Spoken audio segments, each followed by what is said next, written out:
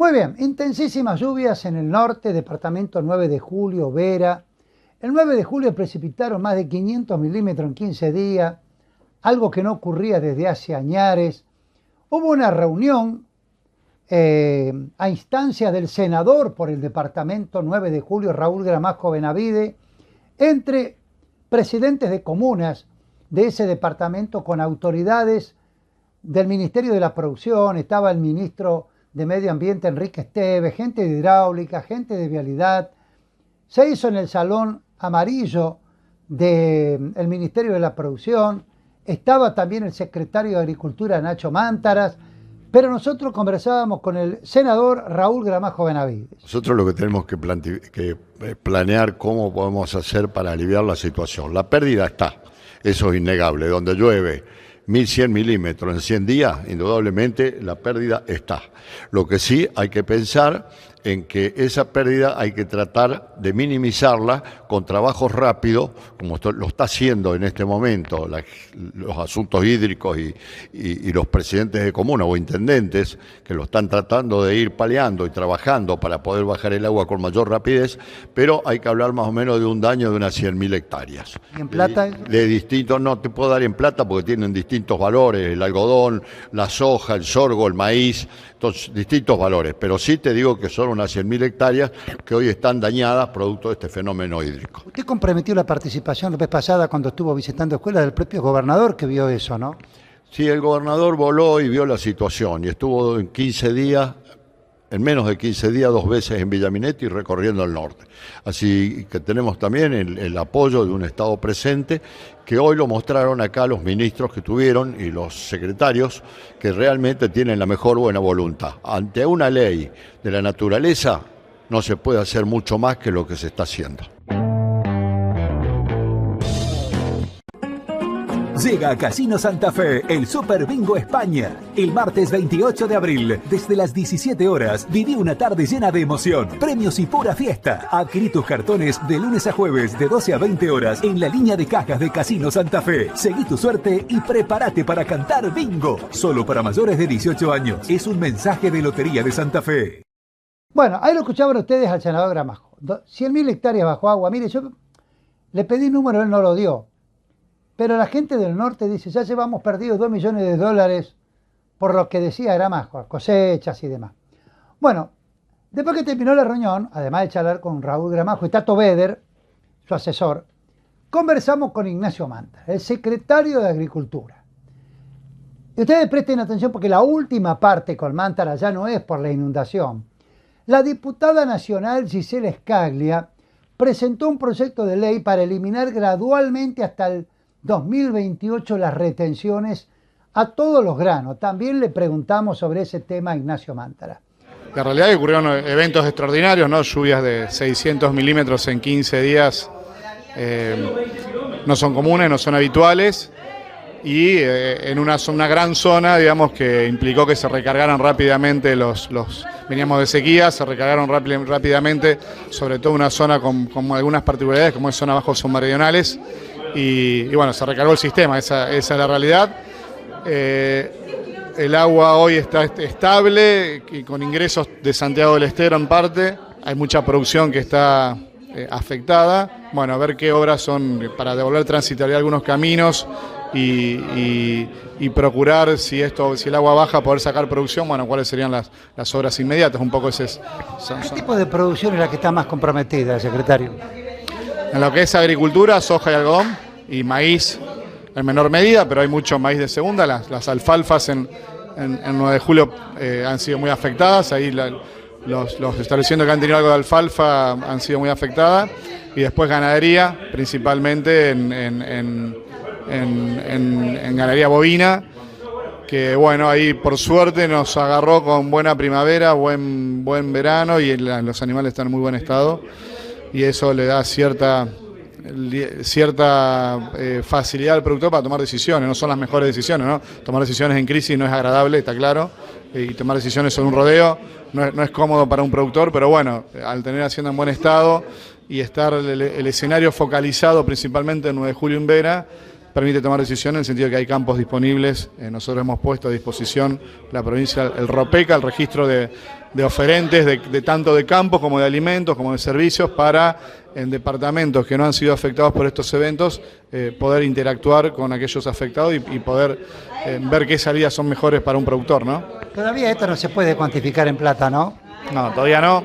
Somos prudentes en ese sentido porque va a tener que ver mucho que eso va a suceder las próximas semanas, digamos, si esto se corta, hay unas lluvias ahora para el jueves, qué incidencia puedan tener, y hay que ver qué sucede acá hasta la primavera, que bueno, va a ser es un invierno que afectó claramente, los campos ganaderos se han visto muy afectados para afrontar un invierno, y hay que ver cómo se repone cada predio.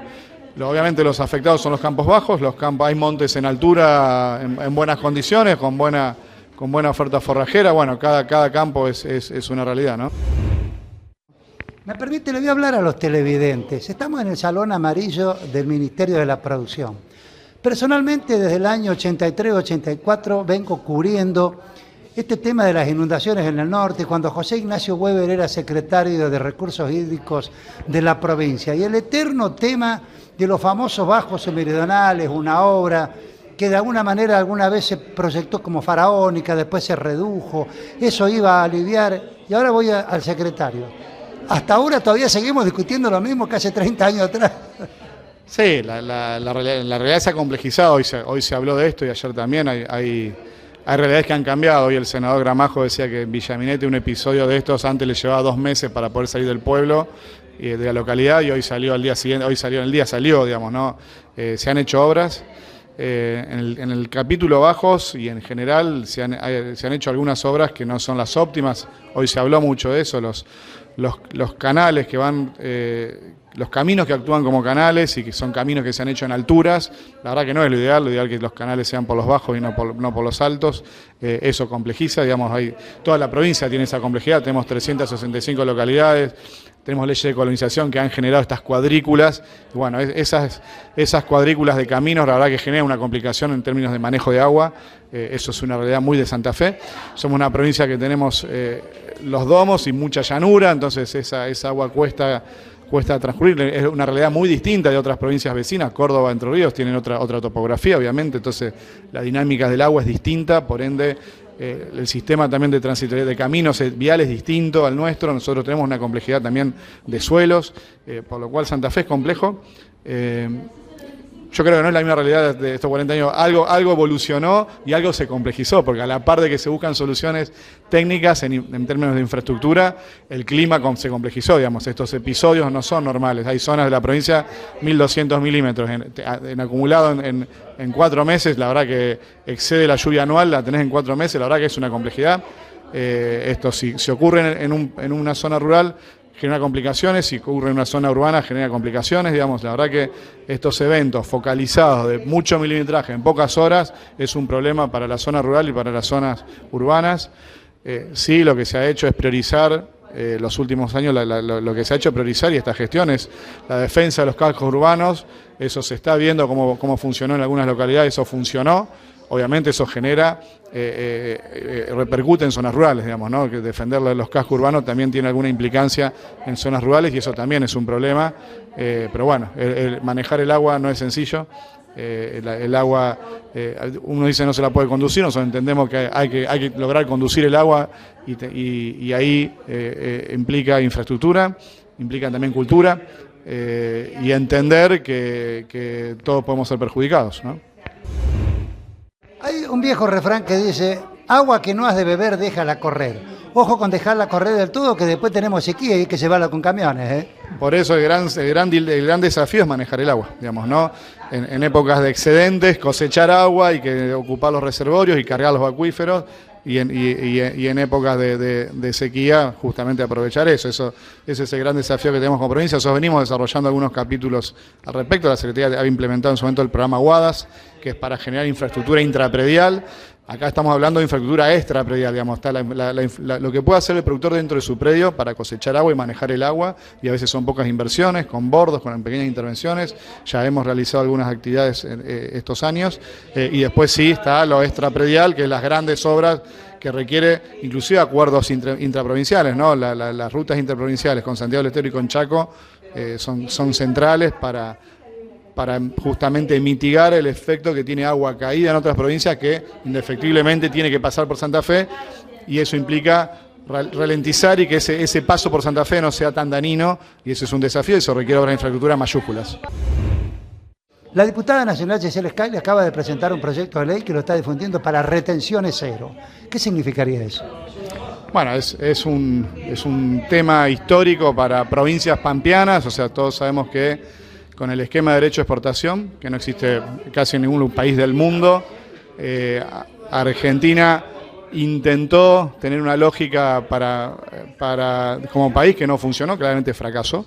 Digamos, sí, tenemos hoy provincias como Santa Fe que transfieren enorme cantidad de recursos a Nación, localidades que se ven mucho afectadas por esta transferencia de recursos a Nación.